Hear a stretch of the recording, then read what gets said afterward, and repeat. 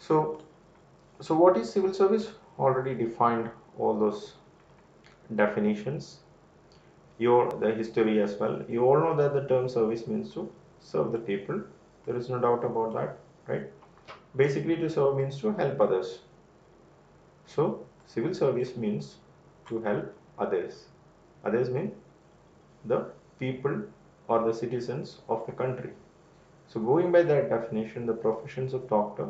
So if you're saying this, if you're saying that civil service means to serve or to help others, the professions of doctor, teacher, architect, driver, etc. are all services, right? Okay. So there are two types of services. One is paid ones. Like if you're consulting a doctor, you're paying the doctor for his expert advice. If you're a patient, he'll be prescribing some medicines for you to cure your, illness. And if it is about teacher, she or he is providing education for you, and your parents will be paying the teacher. Architect, he'll be giving expert advice on how to design your structures, your home or your building, your business, constructions, etc., etc. And he will be giving you expert advice in return of his fees. Okay, in return for his fees. And driver, he'll also be giving you the service of driving, also paid ones. So what about the unpaid services, unpaid ones? So I'll show you a picture.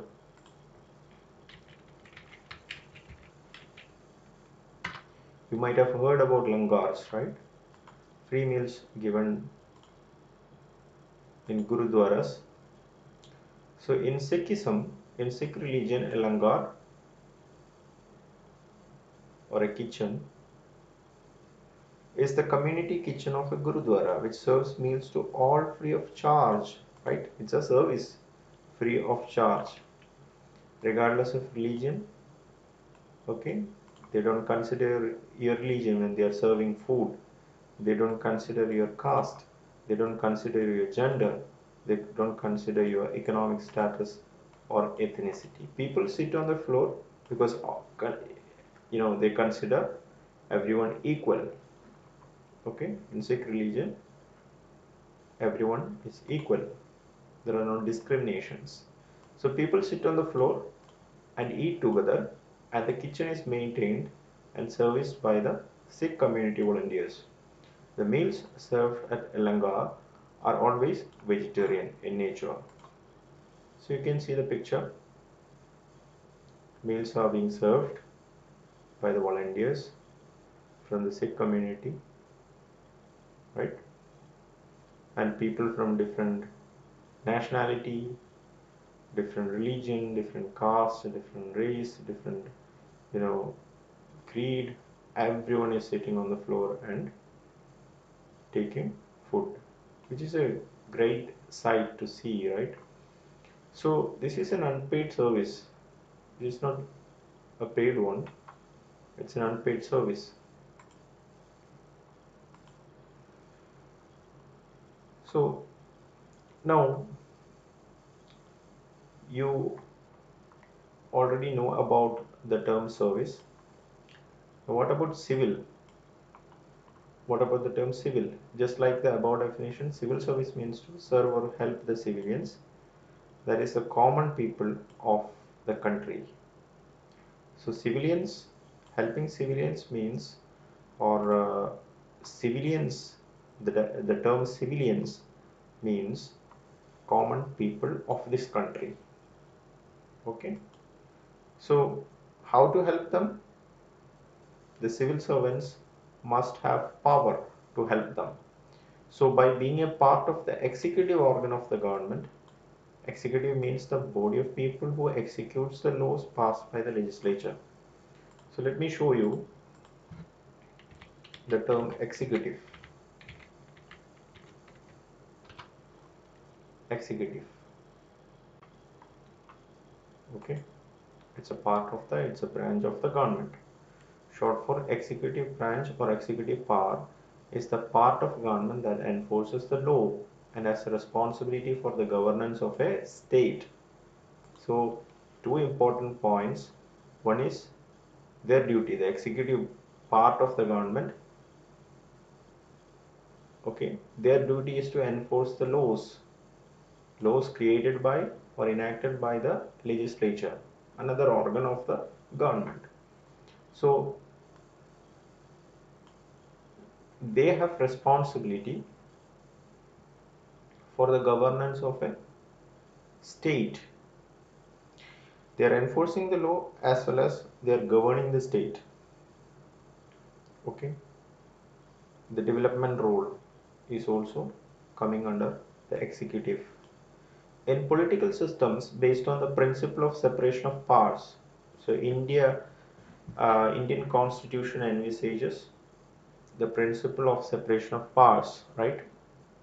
So we have got an independent judiciary, a legislative branch, parliamentary system of government, as well as a parliamentary form of government where the prime minister is the head of the government and president is just nominal executive. The real executive is the prime minister. So based on the principles of separation of powers, authority is distributed among several branches like executive, legislative, and judiciary or judicial. An attempt to prevent the concentration of power. This is done to prevent the concentration of power in the hands of a single group of people.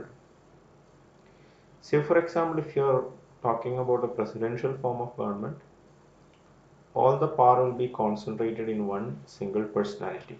There will be no check and balances. Although there are certain you know um, safeguards against concentration of powers in modern democracies like the United States. Certain countries we cannot call them fully a democratic nation because of their autocratic character, right? Um, international relation experts says that Russia is an example of an autocratic government transition from a democracy, right? We cannot call Russia as a full democracy because of its, you know, recent happenings in Russia against the opposition parties, opposition leaders, etc., etc. So, an attempt to prevent the concentration of power in the hands of a single group of people. In such a system, the executive does not pass laws. Okay. So, the role of executive is not to pass the laws. It is the role of the legislature. In a democracy, in a parliamentary system, it is the role of legislature or interpret them. So, who interprets the laws passed by the legislature? Who interprets? Who define? Who give explanations to the laws passed by the legislature? It is the judiciary. Judiciary has the role to interpret the laws created by, enacted by the legislature, and the laws are executed by the executive. So these are the three different rules, you know, three different rules by three different branches of the government. Instead, the executive enforces the law as written by the legislature and interpreted by the judiciary.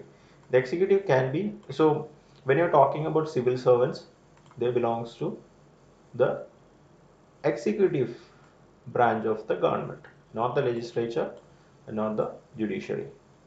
The executive can be the source of certain types of laws such as a decree or executive order.